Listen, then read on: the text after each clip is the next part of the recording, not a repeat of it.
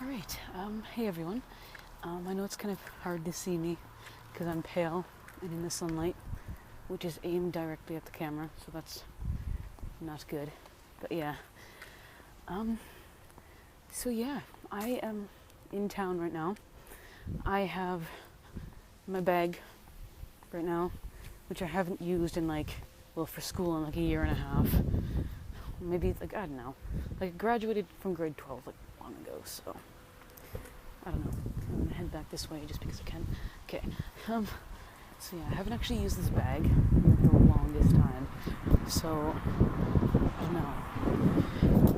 But it comes in useful for biking, because sometimes my shift ends. I recently got the closing shift at the burger joint I work at, so and I don't feel comfortable because I live in the country, so it's it transitions pretty quickly from town to country here. It's I feel like the entire town is condensed onto a street, and then there's or it's clearly bigger than that, but yeah. I feel like a good portion of the town is condensed onto a street, and then there's neighborhoods which I can't navigate through for shit, so I have no idea how I'm gonna deliver any type of food to people because of the job I work as a pizza person. But yeah, I try. And I have Google Maps, which works as a GPS, so there's that too. It's the only reason why I don't get lost around here. Seriously. But yeah. So I do actually have a topic that I wanted to talk about. I want to talk about interviews.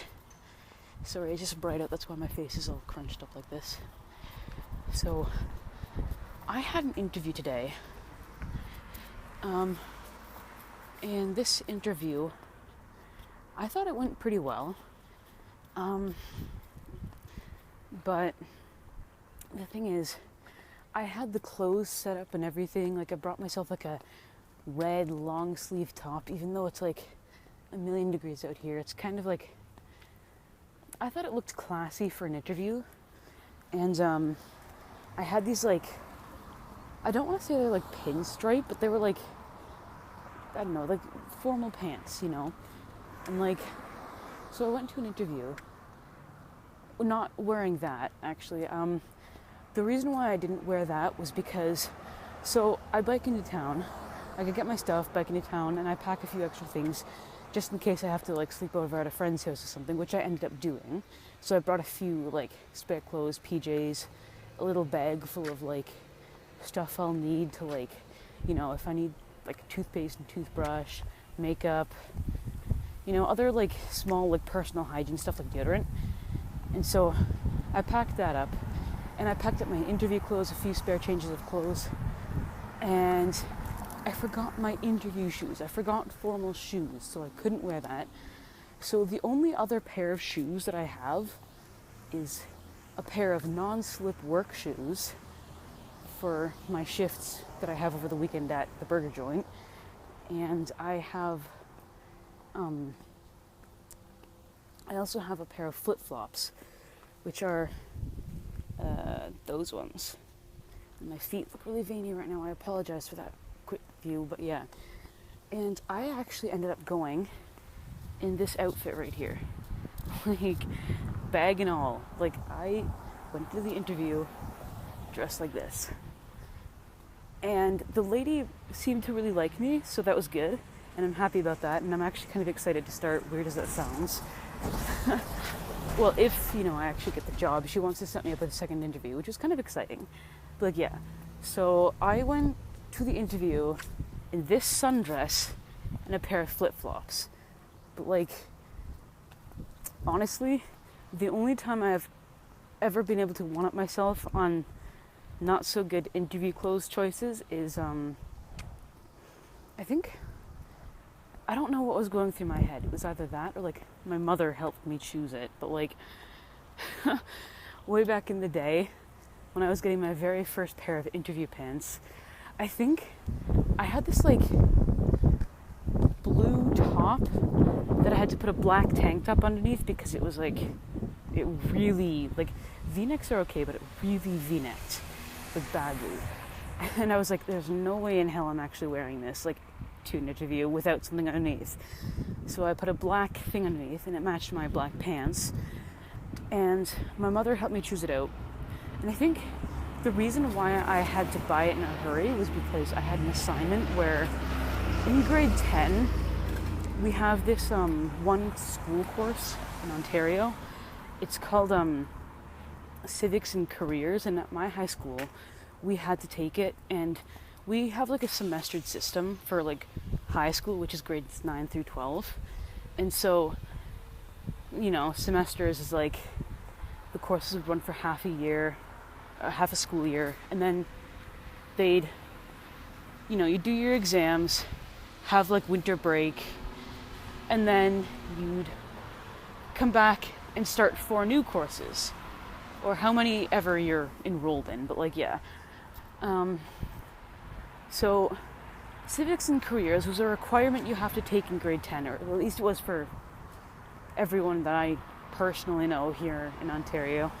So it's like a requirement that you have to take, and then civics runs for half of one semester, careers the other half. And then, so for my careers class, it basically said, like, you know, I don't really know how to explain it very well, except for it's like, long story short, here's how you get a career. Like, you know what I mean? Get and build a career, right? So I did that. And one of our assignments we had to do was like a fake interview. So I had to like get these clothes like pronto because I messed up the timing, and I'm just shit with timing. So I was kind of like, hey mom, I have an assignment tomorrow, and here's what it is. So I explained to her like that it was a mock interview with like my school. And then like she's like, all right. So she drives me to the mall, because like back then I didn't have my license, even though technically, because I'm born in January, so I didn't have to wait around like half the year for like anything.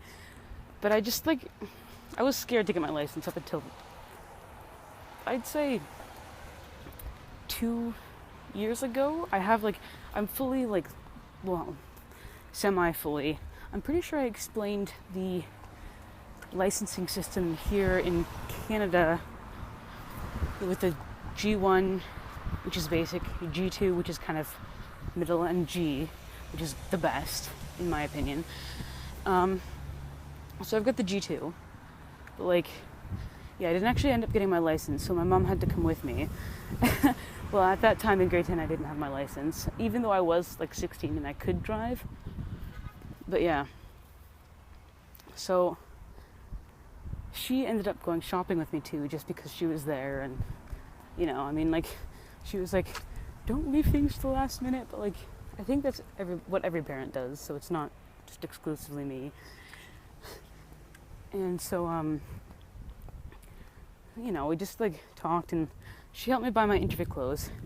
And like, I'm not saying she has a bad fashion sense, but like, the clothes that she helped me pick out was like suited more for like somebody who was in their 30s or 40s rather than somebody who was like 16, 17 going in for a school project. And like, when I was in grade 10, I literally did not say what I wanted. I was like, if my mother took me clothes shopping, I was like, yeah, that looks okay. So yeah.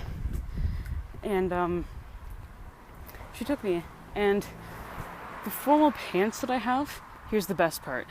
They were bell-bottom pants. I'm not even lying.